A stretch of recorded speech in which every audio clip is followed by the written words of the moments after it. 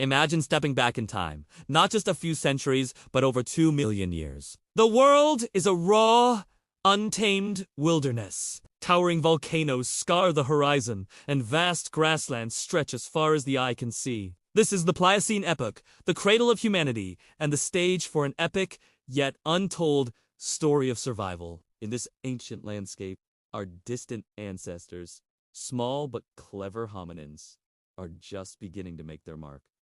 But they are not alone. They share this world with colossal beasts, creatures of immense power that would dwarf anything we know today. What would happen if one of our earliest relatives came face to face with a true giant? This is the story of a clash of worlds, a battle between nascent intelligence and raw, primal strength. Let's meet our protagonist, Homo habilis, the handyman. Standing at just over 3 feet tall, he's not an imposing figure. His long arms and slightly stooped posture are reminders of a life spent among the trees.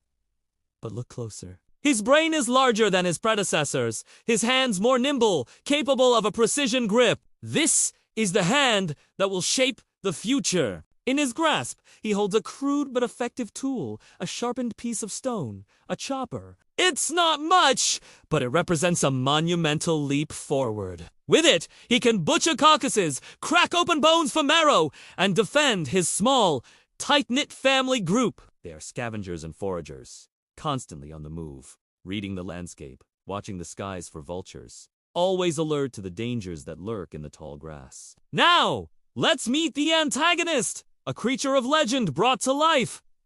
Though this specific giant ape lived in Asia and likely never met Homo habilis in Africa, let's imagine a similar, hypothetical African cousin, a giant ape of immense proportions. Picture a primate standing over 9 feet tall when on its hind legs, weighing over half a ton. Its body is a fortress of muscle, covered in thick, coarse fur. Its powerful jaws, designed for crushing tough bamboo and other fibrous plants, could snap bone like a twig.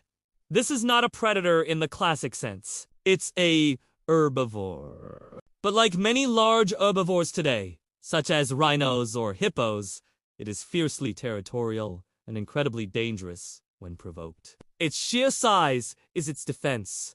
A walking mountain of fur and muscle that commands respect from every other creature on the savannah. Our story begins at the edge of a watering hole, a precious oasis in the dry season. The air is thick with the buzz of insects and the distant calls of strange birds. A small family of Homo habilis has cautiously approached the water's edge. They've been tracking a herd of antelope, hoping to find a weak or fallen animal. The handyman, our lead, scans the area. His eyes, sharp and intelligent, miss nothing. He sees the crocodiles sunning themselves on the opposite bank, the hoof prints in the mud, the nervous twitch of a gazelle's ear. His family huddles behind him, the young ones clinging to their mothers. Their survival depends on his vigilance, his knowledge, and the simple stone tool he carries.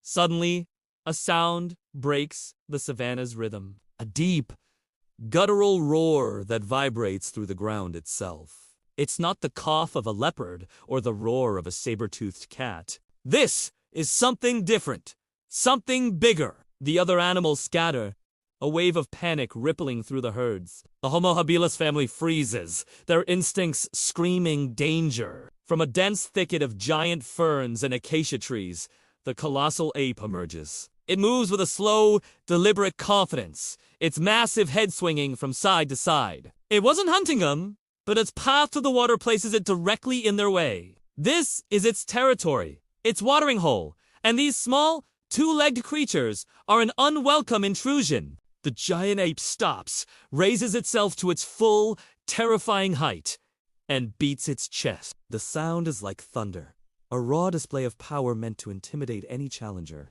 The small hominins are paralyzed with fear. Their first instinct is to flee, to scramble for the nearest tree or rocky outcrop. But there's a problem. The youngest of the group, small and terrified, has stumbled and fallen. He lies exposed, directly in the giant's path. For the handyman, a choice must be made. in a fraction of a second. A choice between self-preservation and the instinct to protect his kin, his future. This is the moment of truth. Brain versus brawn. The handyman doesn't have the giant's strength, claws, or fangs, but he has something else. He has a plan. He looks at the stone in his hand, then at the rocks scattered around him. He glances at his family, who are watching him, their fear mixed with a sliver of hope. He knows a direct confrontation is suicide. He can't fight the giant, but maybe, just maybe, he can outsmart it. This is where the human story truly begins. Not with a roar, but with a thought. The handyman lets out a sharp cry, not of fear, but of challenge. It's a bluff, but it gets the giant's attention. He begins to run. Not away from the giant, but parallel to it, drawing its gaze away from the fallen child. He's agile, he's bipedal, stride efficient over the open ground. He's deliberately making himself a target. His family members, understanding the plan, start making noise, shouting, and throwing smaller stones from a safe distance. It's a cacophony of organized chaos, a tactic of distraction. The giant ape, confused and enraged by this coordinated defiance from such small creatures, bellows and charges after the most immediate threat. The lone handyman. The chase is on. The ground shakes with every step of the colossal ape. The handyman is fast, but his stamina is limited. He weaves through thorn bushes and around termite mounds, using the terrain to his advantage. He needs to do more than just run. He needs to create an opportunity. He leads the giant towards a rocky escarpment, a jumble of boulders and loose scree. This is his chosen battlefield. As the ape closes in, its massive hand swiping at the air, just behind him, the handyman scrambles up the rocks. He has the higher ground. From his perch, he does something the giant cannot comprehend.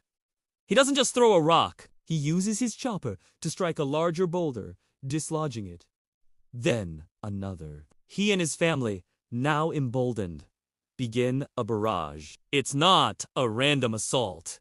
It's a focused attack. They aim for the giant's head and shoulders. Most of the stones bounce off its thick hide, but the sheer volume and persistence of the attack are infuriating. It's like being swarmed by angry bees. One well-aimed rock, thrown by the handyman, strikes the giant on the side of its head. It doesn't cause serious injury, but it stuns the beast, shaking its confidence. The giant ape, for the first time, feels something other than dominance. It feels confusion, pain, and perhaps even a flicker of fear. This small, fragile creature is not acting like prey. It's fighting back with a strategy, with tools, with cooperation. The roar of the ape changes from one of aggression to one of frustrated rage. It tries to climb the rocks, but its massive size makes it clumsy on the unstable surface. The hail of stones continues, relentless and precise. The hominins are working together, a thinking, coordinated unit. This is more than the giant can process. Finally, the great beast decides the fight is not worth it. This strange, noisy, tool-wielding creature is more trouble than it's worth. With a final, frustrated roar, the giant ape turns and lumbers back into the safety of the dense thicket, leaving the watering hole to the victors. Silence falls over the savannah once more, broken only by the heavy breathing of the hominins. The handyman scrambles down from the rocks. He gathers the fallen child, who is shaken but unharmed. His family surrounds him, touching him, chattering with a mix of relief and excitement. They didn't kill the giant. They didn't need to. They survived. They stood their ground, faced an impossible foe, and won not with strength, but with intelligence, cooperation, and the simple, revolutionary power of a tool held in a thinking hand. As the sun sets, casting long shadows across the plains, the small family huddles together, sharing the meager scraps they managed to scavenge. The handyman looks at the chopper in his hand, its edge now slightly chipped. In this piece of stone, he holds the key to the future. A future where brain would ultimately triumph over brawn, paving the way for generations to come, all the way to us. This small victory at an ancient watering hole was a giant leap for all humankind. Thanks for watching. If you found this journey back in time as fascinating as I did, don't forget to like this video, subscribe to the channel, and hit that notification bell so you don't miss our next adventure into the deep past. See you next time.